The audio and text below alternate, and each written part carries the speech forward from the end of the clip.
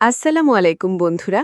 আজ আমি আপনাদের সামনে এমন একটি খুশির খবর নিয়ে হাজির হয়েছি যা শোনার জন্য এদেশের লাখ লাখ সরকারি চাকরিজীবী এবং পেনশনভোগীরা দীর্ঘদিন ধরে অপেক্ষা করছিলেন। হ্যাঁ, আপনারা ঠিকই শুনেছেন, অবশেষে অপেক্ষার অবসান হতে চলেছে। নবম জাতীয় পে স্কেল এবং সরকারি পেনশনভোগীদের সুবিধা বৃদ্ধি নিয়ে বড় ধরনের সুখবর চলে এসেছে। আজকের এই ভিডিওতে আমি আপনাদের বিস্তারিত জানাবো ঠিক কবে থেকে এই নতুন সুবিধা কার্যকর হতে যাচ্ছে এবং কার পকেটে কত টাকা বাড়তে চলেছে।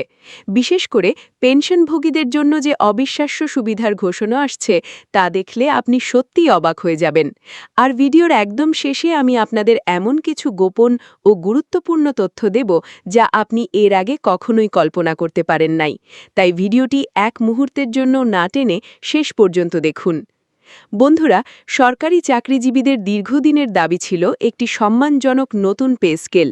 দ্রব্যমূল্যের ঊর্ধ্বগতির এই বাজারে বর্তমান বেতন দিয়ে সংসার চালানো যে কতটা কঠিন হয়ে পড়েছে তা আমরা সবাই জানি। এই পরিস্থিতি বিবেচনা করেই সরকার অবশেষে চূড়ান্ত সিদ্ধান্তে পৌঁছেছে। বর্তমান অর্থবছরের শেষ দিকে এসে অর্থমন্ত্রী আমির খসরু মাহমুদ চৌধুরী এক বিশাল ঘোষণা দিয়েছেন। তিনি সরাসরি জানিয়েছেন যে আগামী অর্থবছরের শুরু থেকেই অর্থাৎ আগামী ১ জুলাই থেকে নবম জাতীয় পে স্কেল বাস্তবায়ন করার পরিকল্পনা গ্রহণ করা হয়েছে। সোমবার ১৮ মে নিজ কার্যালয়ে একটি জাতীয় গণমাধ্যমকে দেওয়া বিশেষ সাক্ষাৎকারে তিনি এই ঘোষণা দেন। অর্থমন্ত্রী অত্যন্ত স্পষ্ট করে বলেছেন যে নতুন বেতন কাঠামো কার্যকর করার লক্ষ্যেই এখন অর্থ মন্ত্রণালয়ে দিনরাত কাজ করে যাচ্ছে। কিভাবে সবচেয়ে সুন্দরভাবে এবং কার্যকরভাবে এটি বাস্তবায়ন করা যায় সেই পরিকল্পনা এখন চূড়ান্ত পর্যায়ে। এখন প্রশ্ন হল, এই নতুন পে স্কেলের জন্য টাকা আসবে কোথা থেকে? এ বিষয়েও অর্থমন্ত্রী একটি স্বচ্ছ ধারণা দিয়েছেন। অর্থ মন্ত্রণালয়ের একটি নির্ভরযোগ্য সূত্র নিশ্চিত করেছে যে আসন্ন জাতীয় বাজেটেই নতুন পে স্কেলের জন্য প্রয়োজনীয় বিপুল পরিমাণ অর্থ বরাদ্দ রাখা হচ্ছে।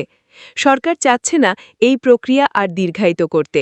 তবে এখানে একটি ছোট্ট টুইস্ট আছে, সেটি হল বেতন কমিশনের সব সুপারিশ সরকার সম্ভবত একবারে বাস্তবায়ন করবে না। দেশের সামগ্রিক অর্থনৈতিক পরিস্থিতি বিবেচনা করে কমিশনের সুপারিশগুলো কাটছাঁট করে ধাপে ধাপে কার্যকর করার পরিকল্পনা করা হচ্ছে। এতে করে সরকারের উপর যেমন অতিরিক্ত চাপ পড়বে না, তেমনি সাধারণ চাকরিজীবীরাও সুফল পেতে শুরু করবেন। বন্ধুরা, এবারের ঘোষণার সবচেয়ে বড় চমক কিন্তু সরকারি চাকরিজীবীদের জন্য নয়, বরং পেনশনভোগীদের জন্য। যারা সারা জীবন দেশের সেবা করে এখন অবসরে আছেন, তাদের জন্য এবারের সিদ্ধান্তটি হতে যাচ্ছে এক ঐতিহাসিক ঘটনা। সরকার সিদ্ধান্ত নিয়েছে যে সরকারি চাকরিজীবীদের পাশাপাশি পেনশনভোগীদের সুবিধাও আমূল বাড়ানো হবে। আমি এখন আপনাদের সেই হিসাবটা দিচ্ছি যা শুনলে আপনি চমকে উঠবেন। অর্থ মন্ত্রণালয় সূত্রে জানা গেছে, যাদের মাসিক পেনশন ২০,০০০ টাকার কম, তাদের ক্ষেত্রে পেনশন প্রায় ১০০% পর্যন্ত বাড়ানোর সুপারিশ করা হয়েছে। অর্থাৎ আপনার পেনশন যদি এখন ১০,০০০ টাকা হয়, তবে তা বেড়ে প্রায় ২০,০০০ টাকা হয়ে যেতে পারে। ভাবা যায়, এটা সত্যি এক অভাবনীয় উদ্যোগ। আবার যাদের মাসিক পেনশন ২০,০০০ থেকে ৪০,০০০ টাকার মধ্যে, তাদের সুবিধাও কিন্তু কম বাড়ছে না। এই ক্যাটেগরির পেনশনভোগীদের ক্ষেত্রে পেনশন হার ৭৫% পর্যন্ত বৃদ্ধি করার পরিকল্পনা নেওয়া হয়েছে। আর যারা উচ্চ ধাপে আছেন, অর্থাৎ যাদের মাসিক পেনশন ৪০,০০০ টাকার বেশি, তাদের ক্ষেত্রেও সরকার ইতিবাচক। তাদের পেনশন প্রায় ৫৫% পর্যন্ত বাড়তে পারে। মূলত যারা অল্প টাকা পেনশন পান, তাদের জীবনযাত্রার মান উন্নত করতেই এই বিশাল শতাংশের বৃদ্ধি আনা হয়েছে। সরকার চাচ্ছে আমাদের সিনিয়র সিটিজেনরা যেন তাদের শেষ বয়সে এসে আর্থিক অনটনে না ভোগেন।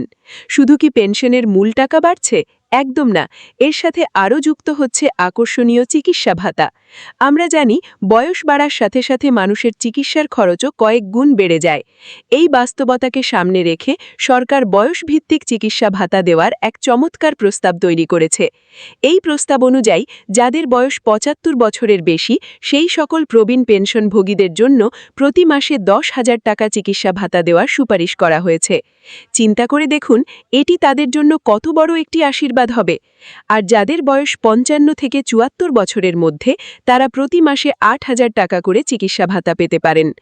এমনকি ৫৫ বছর বয়সী পেনশনভোগীদের জন্যেও ৫,০০০ টাকা মাসিক চিকিৎসা ভাতার সুপারিশ রাখা হয়েছে। এই চিকিৎসা ভাতার বিষয়টি পেনশনভোগীদের জীবনে এক নতুন স্বস্তি নিয়ে আসবে বলে আশা করা হচ্ছে। তবে এই নতুন পে স্কেল এবং পেনশনের সুবিধা বৃদ্ধির ক্ষেত্রে কিছু কৌশলী পদক্ষেপও নিচ্ছে সরকার। সংশ্লিষ্ট সূত্রগুলো জানাচ্ছে যে উচ্চ বেতনের সরকারি চাকরিজীবীদের ক্ষেত্রে বাড়ি ভাড়া ভাতা তুলনামূলক কিছুটা কম হারে বাড়ানোর চিন্তাভাবনা করা হচ্ছে। এর কারণ হল সরকার চাচ্ছে নিচু তলার কর্মচারী এবং মধ্যম সারির চাকরিজীবীরা যেন বেশি সুবিধা পান। মূল সুপারিশ অনেক বড় হলেও সরকার দেশের বর্তমান অর্থনৈতিক অবস্থা বিশ্লেষণ করে সেগুলোকে কিছুটা পরিমার্জন বা কাটছাঁট করছে, কিন্তু মূল লক্ষ্য একটাই, অর্থাৎ যত দ্রুততম সময় অর্থাৎ জুলাই মাস থেকেই এই সুবিধা মানুষের দোরগোড়ায় পৌঁছে দেওয়া। আপনারা যারা এই ভিডিওটি দেখছেন তাদের মনে হয়তো প্রশ্ন জাগছে যে সত্যিই কি ১ জুলাই থেকে বেতনের স্লিপে নতুন অঙ্ক দেখা যাবে? অর্থমন্ত্রীর বক্তব্য অনুযায়ী ১ জুলাই থেকে এটি কার্যকর করার সব প্রস্তুতি এখন তুঙ্গে। এটি বাস্তবায়িত হলে দেশের লাখ লাখ সরকারি কর্মকর্তা, কর্মচারী এবং কয়েক লাখ পেনশনভোগী পরিবারের মুখে হাসি ফুটবে। বিশেষ করে মধ্যবিত্ত এবং নিম্ন মধ্যবিত্ত পরিবারগুলির জন্য এটি হবে এক বিশাল ঈদের খুশির মতো। জীবনযাত্রার যে ব্যয় বেড়েছে তার সাথে তাল মেলাতে এই নবম পে স্কেল ছাড়া আর কোনো বিকল্প নেই।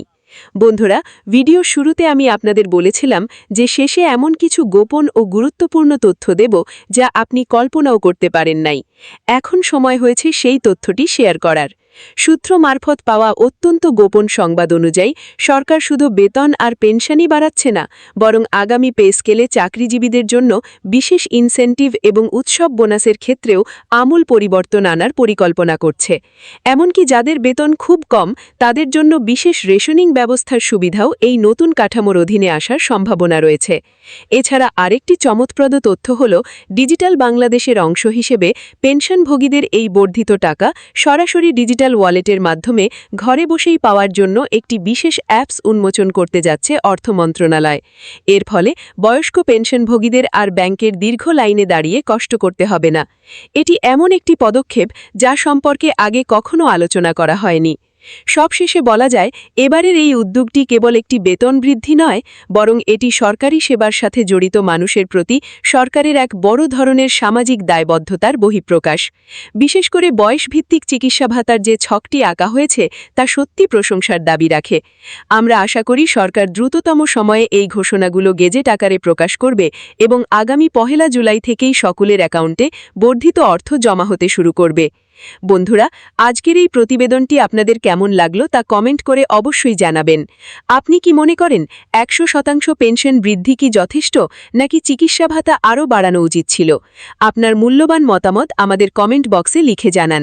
আর আপনার যদি কোনো পরিচিত সরকারি চাকরিজীবী বা পেনশনভোগী থাকেন তাদের সাথে এই ভিডিওটি অবশ্যই শেয়ার করুন, যাতে তারা এই খুশির খবরটি সবার আগে জানতে পারেন। এমন সব গুরুত্বপূর্ণ এবং ব্রেকিং নিউজ সবার আগে পেতে আমাদের চ্যানেলটি সাবস্ক্রাইব করে বেল আইকনটি চেপে রাখুন। আজ এ পর্যন্তই, দেখা হবে পরবর্তী ভিডিওতে। ততক্ষণ পর্যন্ত সবাই ভালো থাকুন, সুস্থ থাকুন। আল্লাহ হাফেজ।